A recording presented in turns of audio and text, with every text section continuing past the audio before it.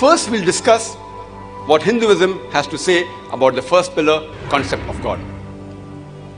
If you ask a common Hindu that how many gods does he believe in, some may say 3, some may say 10, some may say 100, some may say 1,000, while others will say 33 crores, 330 million. But if you ask this question to a learned Hindu who's well versed with the scriptures, he will tell you that the Hindus should actually believe and worship only one Almighty God. But the common Hindu, he believes in a philosophy known as pantheism. The common Hindu believes that everything is God. The tree is God, the sun is God, the moon is God, the human being is God, the snake is God. What we Muslims believe, that everything is God's, G-O-D with an apostrophe S. Everything belongs to God. The tree belongs to God, the sun belongs to God, the moon belongs to God, the human being belongs to God, the snake belongs to God. So the major difference between the Hindus and the Muslims is, the common Hindu says that everything is God, we Muslims say everything is God's, G-O-D with an apostrophe S. The major difference is the apostrophe S. If we can solve this difference of apostrophe S, the Hindus and the Muslims will be united. How do we do it? As the Qur'an says, Ta'alaw ila kalmatin sawa'im bainana bainakum. Come to common terms as between us and you. Which is the first term? Allah na'budu illallah. That we believe in only one Almighty God. Let us try and understand what the Hindu scriptures have to say about Almighty God. It is mentioned in the Chandogya Upanishad, chapter number 6, section number 2, verse number 1. It says, Ikkam ividityam. It's a Sanskrit quotation which means God is only one without a second.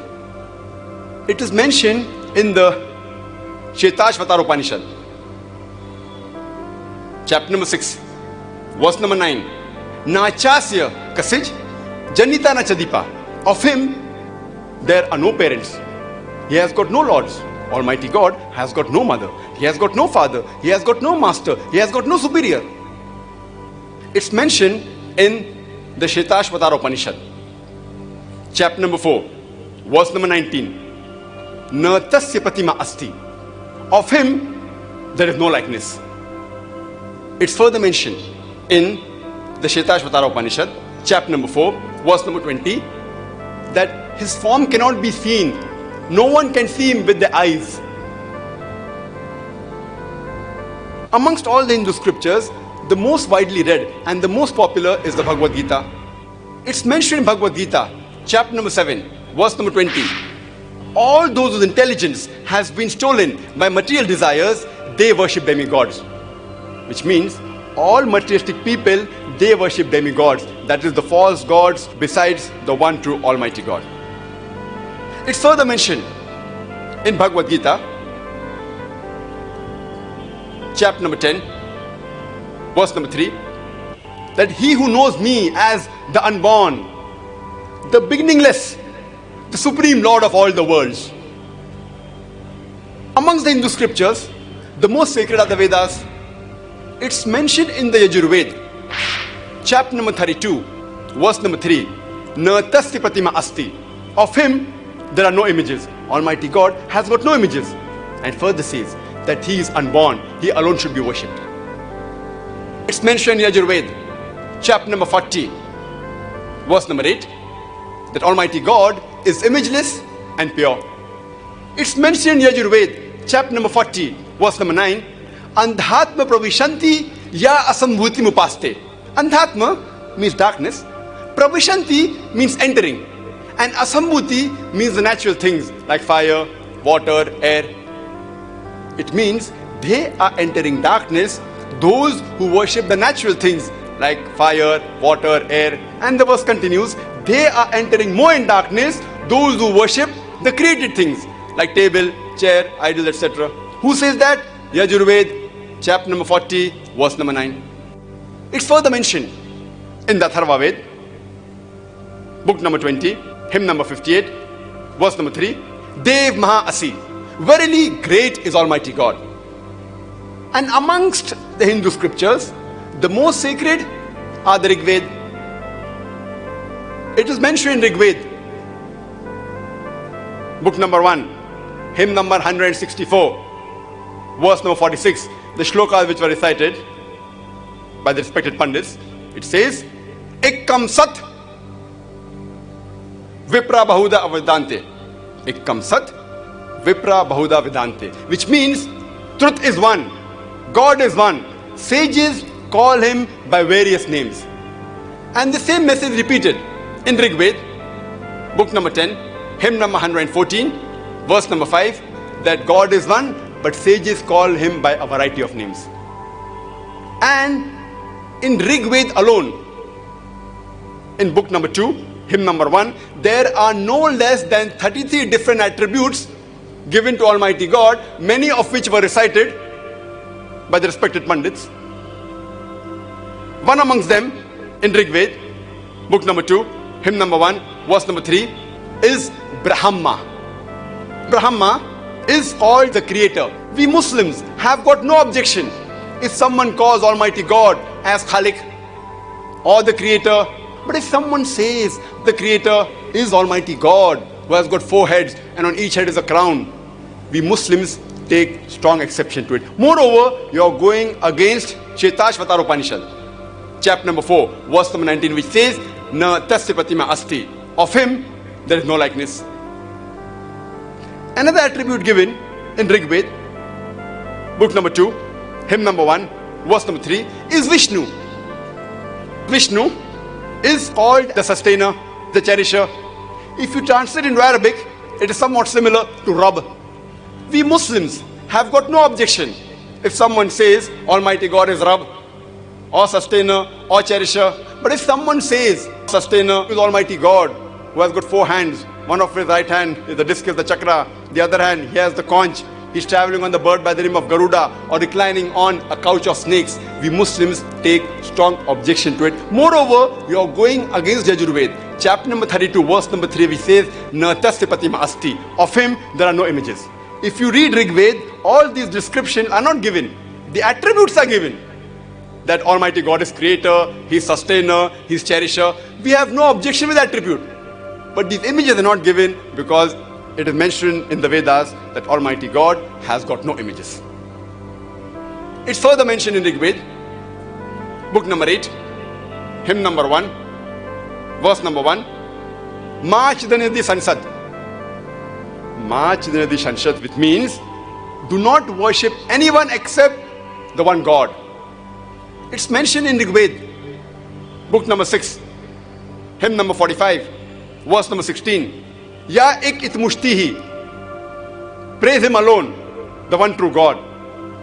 And the Brahma Sutra of the Vedanta is Ekam Braham Dyutya Naste Nehna Naste Kinchan, which means Bhagwan ek hi hai, dusra nahi hai, nahi hai, nahi hai, zara bhi nahi hai. There is only one God, not a second, not at all, not at all, not in the least bit. So if we read the Hindu scriptures, we understand the concept of God in Hinduism.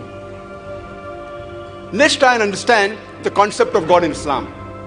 The best reply any Muslim can give you regarding the concept of God in Islam is quote to you Surah Ikhlas, chapter number 112, verse number 1 to 4, which says, Qul huwallahu ahad. Say, He is Allah one and only. Allahu samad. Allah, the absolute and eternal. Lam yalid, walam yulad.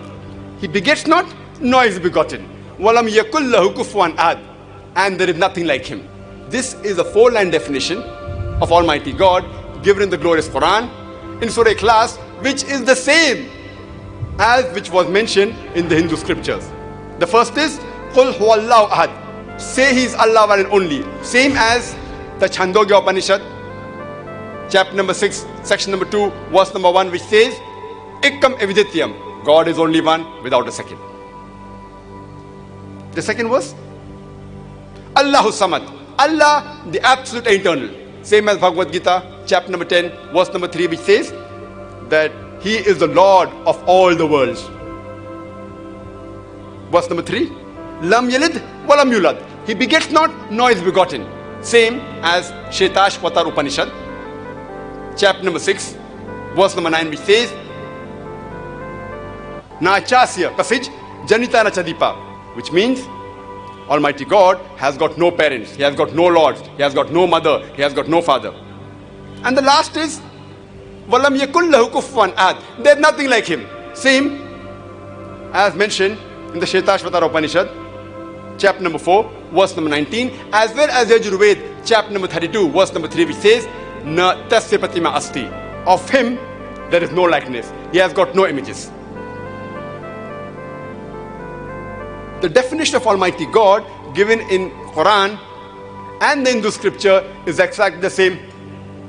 This is the touchstone of theology. Surah Ikhlas and what's quoted from the Hindu scriptures is the touchstone of theology. If anyone says that so and so candidate is God, you put him to the test of Surah Ikhlas. If that candidate passes the test, he is a true Almighty God. If he doesn't, he is not a true God. For example, some people say that Bhagwan Rajnish, he is Almighty God. There was a Hindu brother of ours, during question answer time, once he said that we Hindus don't agree Bhagwan Rajnish is God. I know that. I never said that Hindus say Bhagwan Rajnish is God. I said some people say that Bhagwan Rajnish is God. I've read the Hindu scriptures. Nowhere do the Hindu scriptures say that Bhagwan Rajnish is God. But there are many people who have converted from different religions and now they say that Bhagwan Rajnish is God. Let us put Bhagwan Rajnish to the test of Surah Ikhlas and the test of the Hindu scriptures. The first is Qul huwallahu ahad. Says Allah one and only. Ekam evidityam. There's only one God without a second. Is Rajnish one and only? Is he the only man who has claimed divinity? There are many who have claimed divinity, especially in this country of ours. There are thousands of men who have claimed divinity. He's not the only one. But a Rajnish Bhakti will say, no, he's unique, he's the only one. Let's go to the next test. Allahus Samad. Allah, the absolute and eternal. Was Rajnish absolute and eternal? We know from his biography that he was suffering from asthma, from diabetes, from chronic backache. Imagine Almighty God suffering from asthma, from diabetes, from chronic backache. Third test is Lam Yalid, Palam Yulad. He begets not, nor is begotten. Same in the Shetashvatara Upanishad, chapter number 6, verse number 9. Nachasya kasij janitana chadipa. Of him, there are no parents, no mother, no father. We know Rajnish had a father and mother.